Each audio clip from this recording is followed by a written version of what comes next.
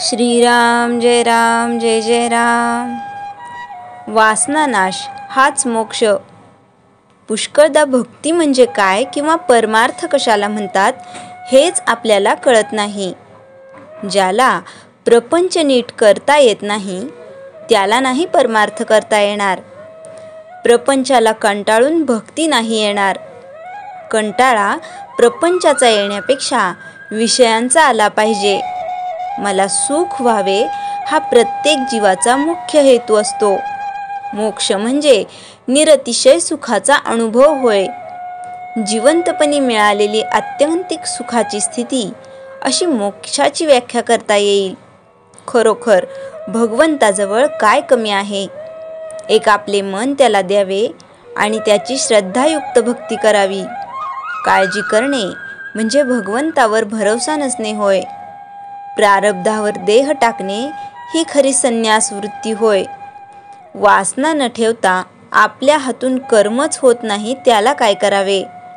माझे समाधान माझ्याजवळ असताना दुसरीकडे ते मिळेल असे आपल्याला वाटते हेच आपले चुकते।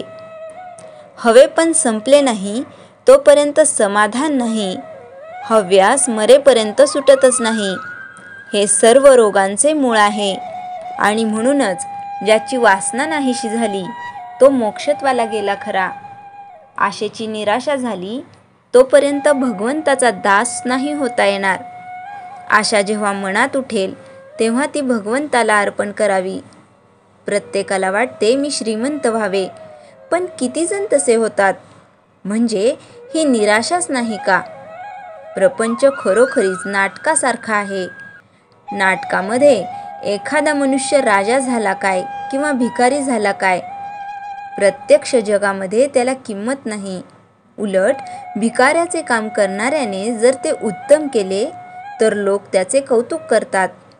तसे प्रपंचामध्ये कुणी श्रीमंत असला काय किंवा गरीब असला काय याला महत्त्व नसून त्याने भगवंताचे अनुसंधान किती ठेवले याला खरे महत्त्व आहे। आपण पैसा साठविला तर गैर नाही, पण त्याचा आधार न वाटावा।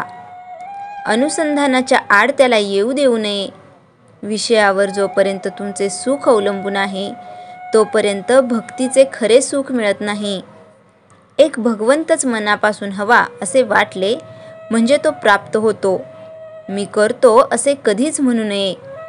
मी आपल्या तपश्चर्येने भगवंताला पाहीन असे जो म्हणतो त्याला भगवंताचे दर्शन होणे कठीणच असते।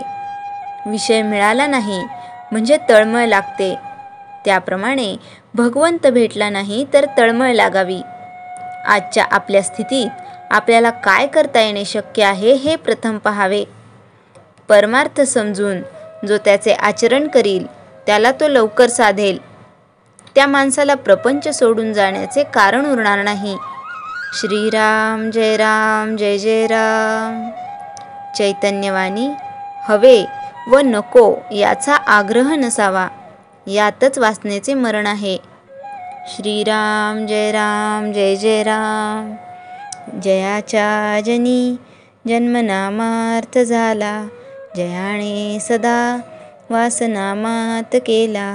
जयाच्या मुखी सर्वदा नाम कीर्ती, नमस्कार त्या ब्रह्मचैतन्य मूर्ती। श्रीराम जय जय राम।